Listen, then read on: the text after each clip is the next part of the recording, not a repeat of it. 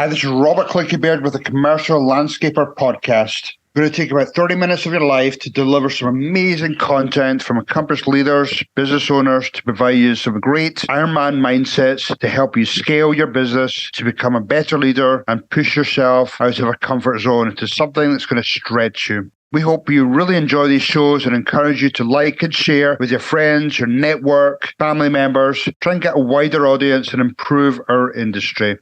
On each show, I'm going to try and pull out one type of Ironman mindset, insight that you can take back to your business. And if you're implementing one insight every single week or all the shows, then it's going to make a dramatic improvement to your business. Super excited as well to share that we're partnering up with Boss Business Management Software, which is the ultimate cloud-based solution providing comprehensive insights and tools to optimize performance. Join the Boss community today and transform your business so you too can say, my boss is working for me. Cheers, everyone. Hi, this is Robert Clickybeard with the Commercial Landscaper Podcast. Really excited today to be joined by Joshua Dake. Joshua, really good to see you again.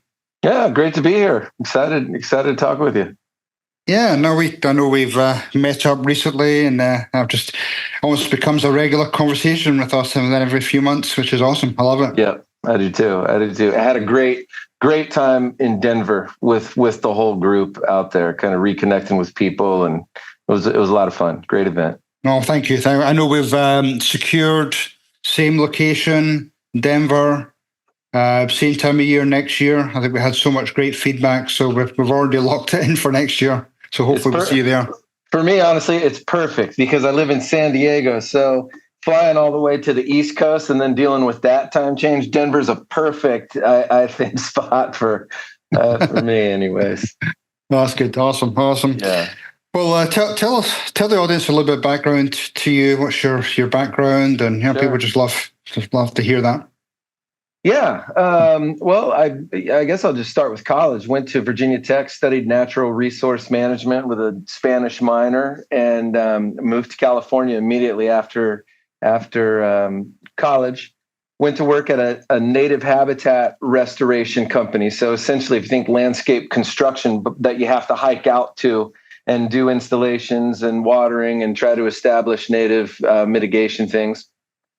I left there and I went into the wholesale nursery industry. So I worked for Miramar Wholesale Nurseries for about 8 years, kind of worked my way up from moving color around in the yard to being the director of operations, and we oversaw 3 different facilities of, I think, a total at the end of it was about 300 acres of wholesale production facilities. So great experience there. That business was bought by TruGreen LandCare. So at the same time the nursery was happening, the TruGreen LandCare thing was happening. The nursery was a little bit of an oddity for TruGreen LandCare. It made good money for them, but it was still a little bit out of like the normal wheelhouse of what their business was. But for me, as a young guy, I saw all the action on the landscape side. So I saw, that's where the business was happening. That's where the interest was, opportunities. For me, it was like, okay, I can now go. I know what plants do in a container, but being able to go out into the field and actually see what plants do on jobs and how they grow and where they grow was, really exciting for me at the time. So I went over there. I worked as an account manager. I did sports turf. I immediately got thrown into sports turf, which was great. I had a maintenance route too, but did the San Diego Chargers practice facility. Had it was a great opportunity there. The USD field, and anyway, great opportunity. I ultimately left TruGreen LandCare. I went to work for Brickman in San Diego, and great experience for me at Brickman. I started as an enhancement manager. I became a branch manager. Then I became a region manager in San Diego. We then acquired a business, Dworsky Landscape, in the Los Angeles area. And it was Orange County, LA, the Inland Empire. And I was given the opportunity to move up there, relocate, and onboard that business, which was a lot of fun. Learned a great deal. Did that for about 4 years, and then I moved back to San Diego as Glenn Wilhite was retiring. He was the former VP in that area, and I came back home and worked with the team in San Diego. So saw that transition through the BrightView, the Valley Crest and Brickman coming together into BrightView, going from kind of that whole history and then ultimately standing on Wall Street when they rang the bell really was not what I never pictured myself being there. Getting into the landscape. It's a cool experience.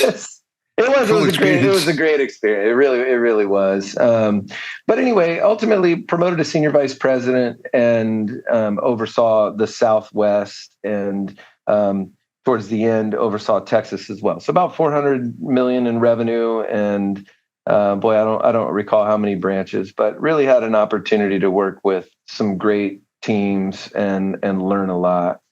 And more recently, so left, I consider Brickman, BrightView transition kind of all the same thing. I left there after 18 years and recently took a job as the CEO of Osprey Landscape Group, which is a holding company in the western region of the United States. Currently, we're mostly in the Pacific Northwest with Pacific Landscape Management in Portland, Pacific Landscape Maintenance in Seattle. So really excited to be doing that now, something different. It's refreshing and it's great to work with those teams up there. I mean, amazing culture and really a fun business to be a part of. So yeah, that's me in a nutshell. That's awesome. Yeah, I love hanging out with Bob and Elias. Yeah. Many a peer group meeting with them and great guys. Great guys. I'm learning a lot from them. So, obviously, one of the things we talked about offline was just, we all love growing. Yeah, I would have a saying back in my company, if you're not growing, you're dying. Yeah. And your employees love, growth. They love, even though they don't necessarily like change, they like the opportunities that come along with growth. Right.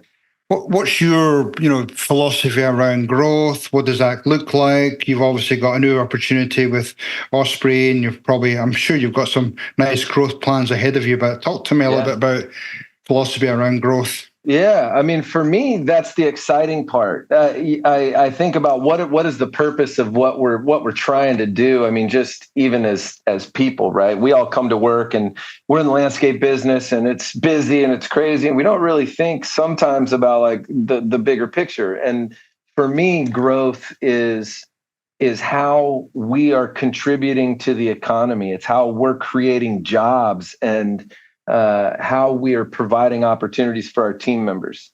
I worked with a team in Arizona, and the interesting thing, they all came up, and it was at a time where we had put a lot of acquisitions together, and the team came together to talk about like purpose. And what they came up with was very simple, but very good. It was just, hey, we're here trying to make people's lives better. And they really hung on to that, and they hung on to it, and still probably do. But that's what growth does, in my opinion, is you're giving people the opportunity. We get people in these companies, great people. We get high potential people who want to continue to grow, want to fulfill their career goals. And if we don't provide them, then they'll go somewhere that does. And I think that is like, for me as a leader, and I think leaders really have to have this growth mindset, is constantly trying to outrun that, right? Where you are creating enough opportunity for people to thrive and build something where it's exciting.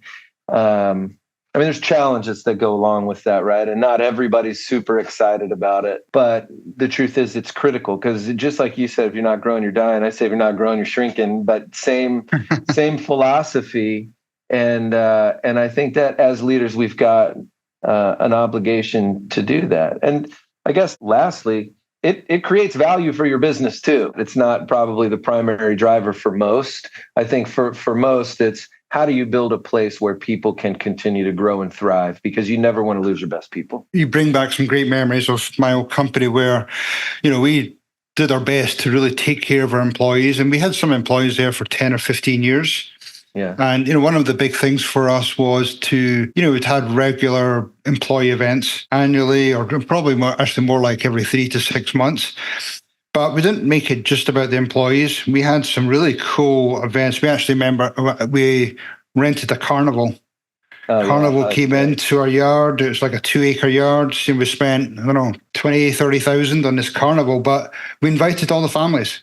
Yes. So we had, 600 people there. We all brought their kids, and to see some of those employees or their kids coming in and just seeing where their parents worked. And there was those potential future employees for us, but it was just really cool to be able to see some people's lives change. Some of them, they were buying houses, some of them were driving nicer vehicles, and it really warmed the hearts for my partner and I. Yeah. I mean, it's a great point. And I think about it all the time. We don't just impact the people that work here. And when you have events like the ones you're talking about, and I know Pacific just had their company picnic in Portland, and the same thing, wives, kids, and you really see like, okay, this is a much bigger span of what we are influencing, right? And as we provide those opportunities and we continue to grow, it provides opportunities for their families that they might not have been able to have. To me, that's really motivating. To me, that's really a driving force in why I like to do this. Obviously, creating opportunities for your team members, can obviously be done by, surface level through increased wages, increased salary, but there's a lot of other opportunities that not many people talk about. And in terms of either trying to identify, some of those young up and coming future leaders, and coming up with some type of a development or fast track programs, what were some of the things that you've seen as being successful over the years? And there's a few answers that come to mind. Number one, at Pacific, one of the programs that we're all very passionate about is our account manager training program. So bringing in, we do a lot of heavy recruiting in the colleges, trying to bring in kids who show potential and get them into the business to create a bench, right? And we teach them, we can have, there's so many things that they can do, right? There's design work, there's marketing, there's estimating, all of these things that really contribute to the business and build our bench. So that's what prepares us to be able to grow. Because, one of the things, and I guess ideal scenario, right, is that you constantly have this great bench and then you get a job and okay, this person's going to go here.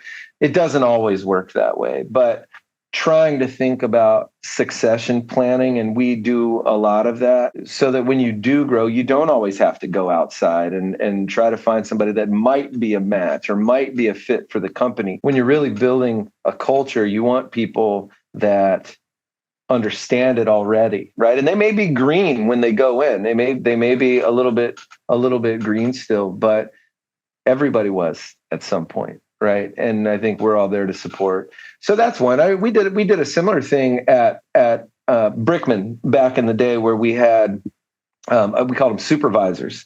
And essentially, again, it was a college kid that was high potential that we would put through different programs, but then have them run a crew. So they'd be salaried. They might run a crew. And I would tell people, hey, it could be 6 months. It could be 2 years before you have an opportunity. It all depends on you. Towards the end of before I sold my company, we had more, I suppose, examples of people that were entirely green in the industry. Mm-hmm. They had no experience, but, they had such a great demeanor, attitude towards just taking care of clients, great communicators, present themselves well. And then because we had so much knowledge and experience within our company, we were able to just put them on that training program and give them that hard knowledge they needed to. What's your thoughts around that? Is that something you've seen work well? Because a lot of people, I don't feel, tap into that school, that college program. They maybe look first at recycle people that typically come with bad habits. Yeah. Yeah. Well, what's funny is I was talking to somebody just yesterday who said a similar thing. He was talking about a finance person, and he's like, I figured I could teach landscape to a finance person more easily than I could teach finance to a landscape. Am I saying so true, right?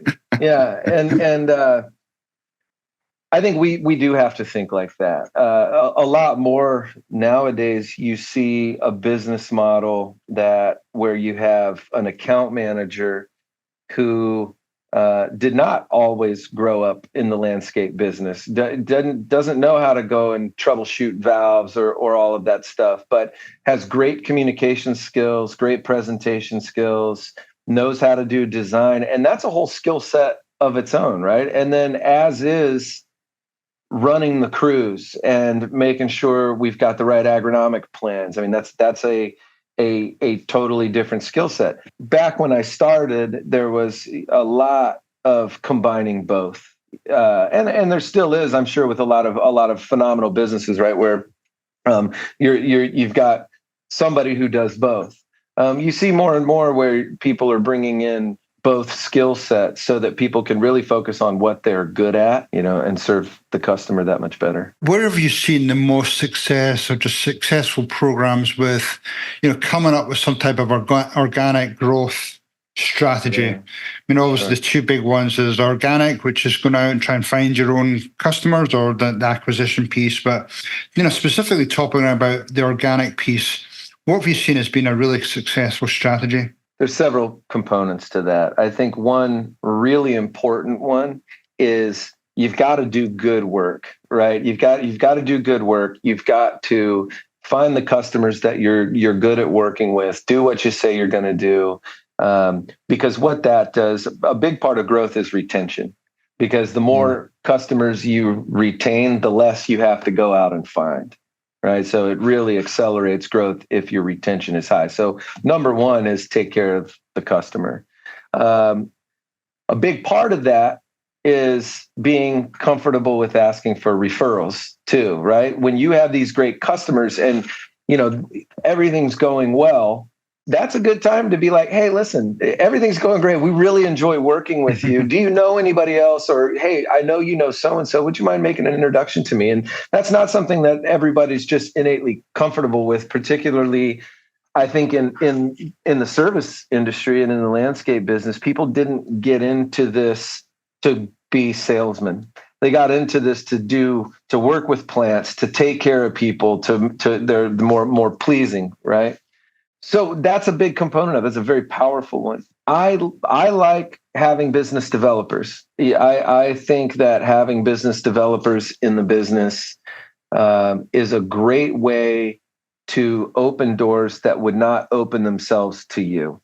Having that engine is a great way to get out there, to get your name out there, to make some of those calls that others might be uncomfortable with, without taking away from the core service model of your business. And I think that that's important. And I mean, to the degree how many you have, whatnot, I mean, there's a lot to unpack there, but I do think that having somebody with that hunter mentality, they need to align with your culture, right? But having somebody with that hunter mentality, just to get the door open, to be able to bring in the service team to sell the work, to price the work, to sell the work, to do all of those kinds of things. Having a hunter is a nice skill set that I think you really have to hire separately for, in my opinion. 100% agree with you. I think we ended up having at least 4 or 5 business developers at my company, and I think not only having that business development team, having a strong leader to be able to lead that team and inspire them.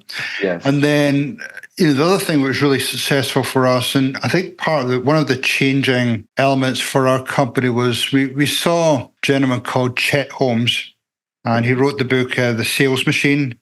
Okay. And it changed us to developing almost like a playbook, a sales playbook, where we had the elevator pitch, we had the role playing, we had all the things to be able to address some of the obstacles that we came up against, found out the pain points for our clients, so we were able to go into those meetings and have meaningful conversations with them and truly listen to them.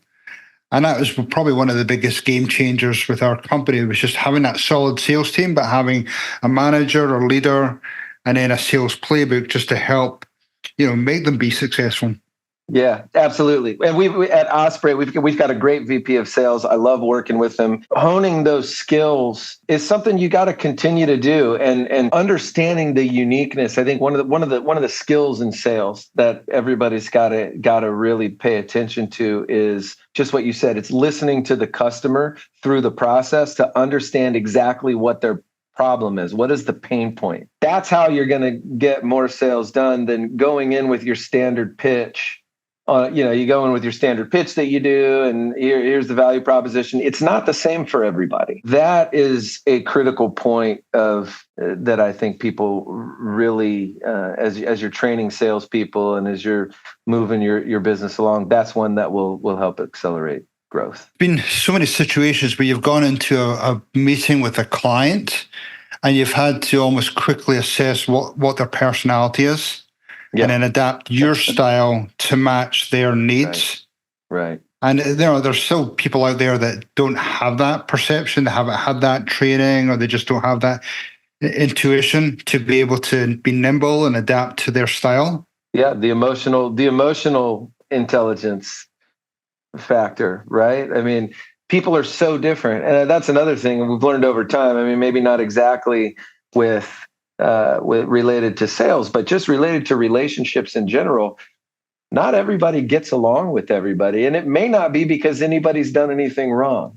It can just be whatever the chemistry isn't working, and being able to understand when to make a switch or when to pivot is key.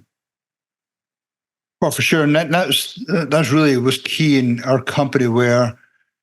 Sometimes people preferred, my partner, where he was just more of the extrovert. I was more of the introvert. Same with account management. Just sometimes they didn't always gel. But again, trying to understand the client and recognize potentially any red flags that came up and being able to pivot to then, make a switch before they potentially canceled you. But that's all in the training and the just constant development of those team members. Yeah, and I think awareness from a management level too, like being engaged enough that you can sense that there may be an issue, or creating a safe environment where an account manager can come and be like, hey, we're just not gelling. I don't understand it. That's okay. It's better to have those conversations in a safe environment than to lose a customer, right? And I think that's a key thing. I mean, again, going back to retention being the most important part of the growth process.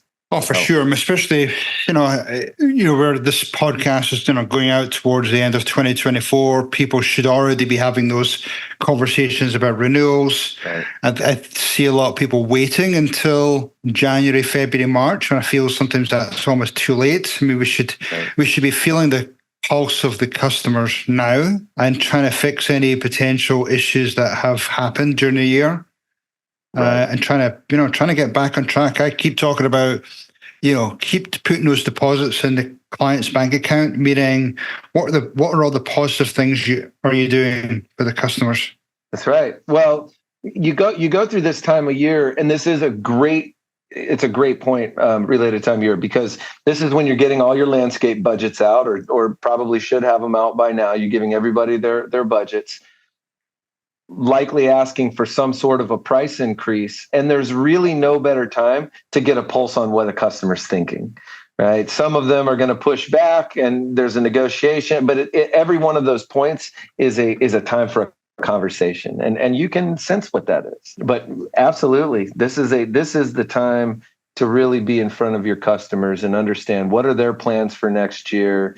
Are you able to work in this price increase? Talking to them about whatever the economic challenges might be, or getting your portfolio right. Josh, we're quickly running out of time here, but what's the growth plans for you, for Osprey? Tell the audience a little bit about what you guys are about and where you're going, and what potential opportunities people might have listening to the show. Yeah, I appreciate it. Yeah, Osprey, I mean, most people haven't heard of it because it's only been in existence for about 9 months. We created the brand and rolled it out in the beginning of 2024. But our vision is to create a Western region landscape business. And so we are looking, kind of building on what we have in the Pacific Northwest, which is very successful, continuing to grow organically at a good pace.